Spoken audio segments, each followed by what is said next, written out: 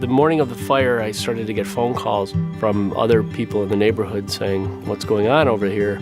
I drove down and it was just like something out of a science fiction movie. What worried me immediately after the fact was the owner at the time wanting to tear it down because it was certainly an iconic building.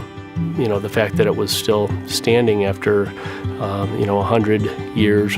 When in this town, it's so easy to have things disappear like that. And I went back home and mentioned to my wife, "Hey, I've been through the building. It's missing a roof, and it's a little rough.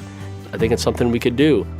When we took over the Forest Arms, the roof, it didn't necessarily burn off. It was sitting on the 4th floor. So we had a snowy owl that took up residence on the roof and was becoming quite large with rats. So it was pretty bad.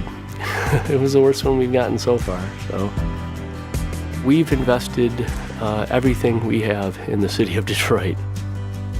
One shouldn't have to go to the poorhouse trying to do the right thing. Historic tax credits are absolutely essential to do these sorts of projects. Today it has a roof, and we've got 5 penthouse apartments on that roof. We have 2 commercial spaces in there. We've restored all the floors. We've restored all the paneling. We've recreated all the trim that had buckled.